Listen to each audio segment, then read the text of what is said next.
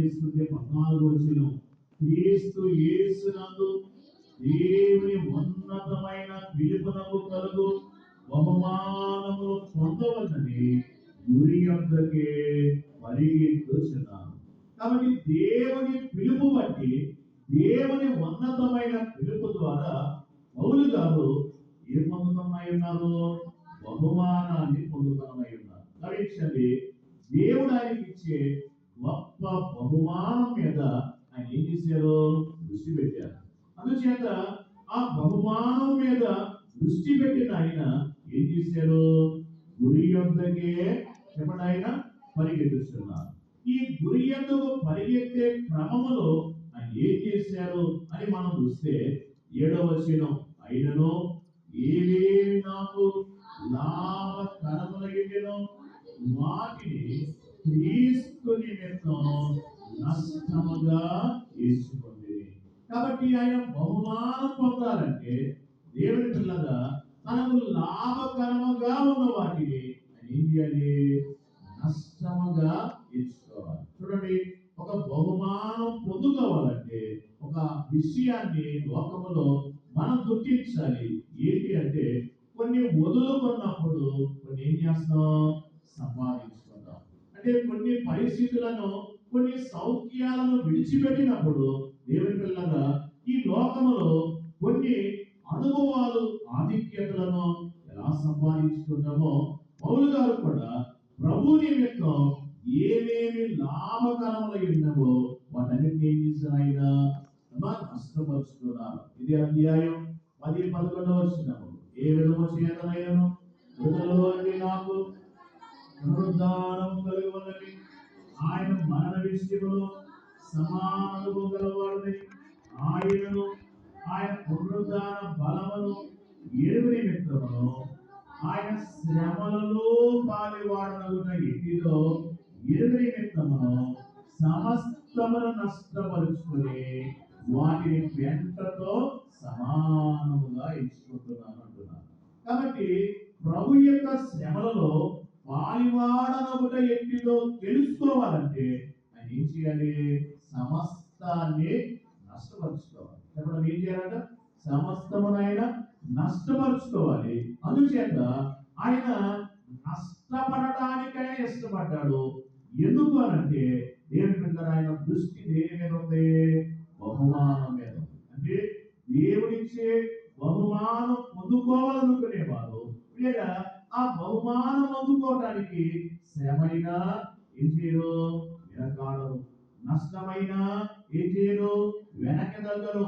లేదా ఇబ్బంది అయినా ఏం చేయరు? ఏ మాత్రము ఆలోచించరు. కారణం ఏంటి అంటే భక్తుల దృష్టి దేని మీద ఉండాలి? దేవుడిచ్చే దేవుడిచ్చే బహుమానం మీద ఉండాలి. అందుచేత యేసు ప్రభువారికి కూడా లేదా ఆయన తన ఎదుట ఉన్న ఆనందం ఏంటి? ఆనందం అంటే యోహాను సువార్త 17వ అధ్యాయం, యోహాను సువార్త 17వ అధ్యాయము వాక్యాన్ని మనం జ్ఞాపకం చేసుకున్నట్లయితే 4వ వచనం, చేయుటకు నీవు నాకు ఇచ్చిన పని నేను సంపూర్ణముగా నెరవేర్చి భూమి మీద నిన్ను మహిమపరిచితిని. లేదా వాక్యం ద్వారా మనం జ్ఞాపకం చేసుకుంటే ఇక్కడ వాక్యం ఏం చెప్తుందంటే, చేయుటకు తనకు ఇవ్వబడిన పని అంతటిని యేసయ్య చేశారట. సంపూర్ణంగా సంపూర్ణంగా ఏం చేశారు? నెరవేర్చాడు. నెరవేర్చి తండ్రిని ఏం చేశారు? మహిమపరిచారు. అంటే ఇప్పుడు ఈ శిలువ అనుభవిస్తే యేసయ్య ఏం చేయగలరు? చెప్పండి, తండ్రి చిత్తాన్ని సంపూర్ణంగా నెరవేర్చగలరు. ఇప్పుడు శిలువ అనుభవించకపోతే యేసయ్య తండ్రి చిత్తాన్ని ఏం చేసిన వారు కాదు, సంపూర్ణంగా నెరవేర్చిన వారు కాదు. అందుచేత తండ్రి చిత్తమును నెరవేర్చాను అన్న ఆనందం ఎవరు సంపాదించుకోవాలనుకున్నారు?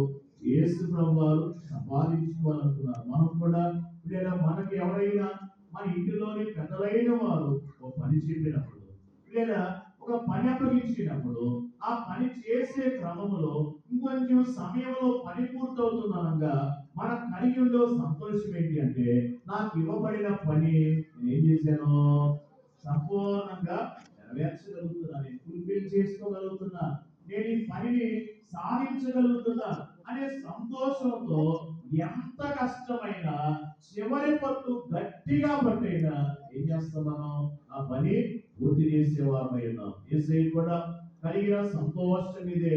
యోహాను సువార్త 16వ అధ్యాయం, యోహాను సువార్త 16వ అధ్యాయము వాక్యాన్ని మనం జ్ఞాపకం చేసుకుంటే 21వ వచనం, స్త్రీ ప్రసవించినప్పుడు ఆమె గడియ వచ్చిన కనుక ఆమె వేదన పడును. అయితే శిశువు పుట్టగానే లోకమందు నరుడొకడు పుట్టినను సంతోషము చేత ఆమె ఆ వేదన మరి జ్ఞాపకం చేసుకున్నదు. ఎంత గొప్ప మాట చూడండి. లేదా ఒక గర్భవతి అయిన స్త్రీకి లేదా ప్రసవేదన కలిగేటప్పుడు ఆ వేదన ఎంతో గొప్పది.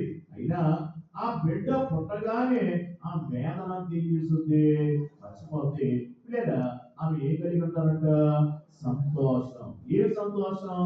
నేను ఒక బిడ్డకు జన్మనిచ్చాను అనే సంతోషం, ఒక బిడ్డను నేను సంపాదించుకున్నాను అనే సంతోషం, ఒక బిడ్డను నేను కనగలిగాననే సంతోషం. లేదా గర్భవతి అయిన స్త్రీ ఎలా కలిగి ఉంటారో యేసు ప్రభువారు కూడా మన కొరకు ఇప్పుడు ఏమనుభవిస్తున్నాను, వేదన అనుభవిస్తున్నాను. వీళ్ళకి ఏ వేదన? మరణ వేదన.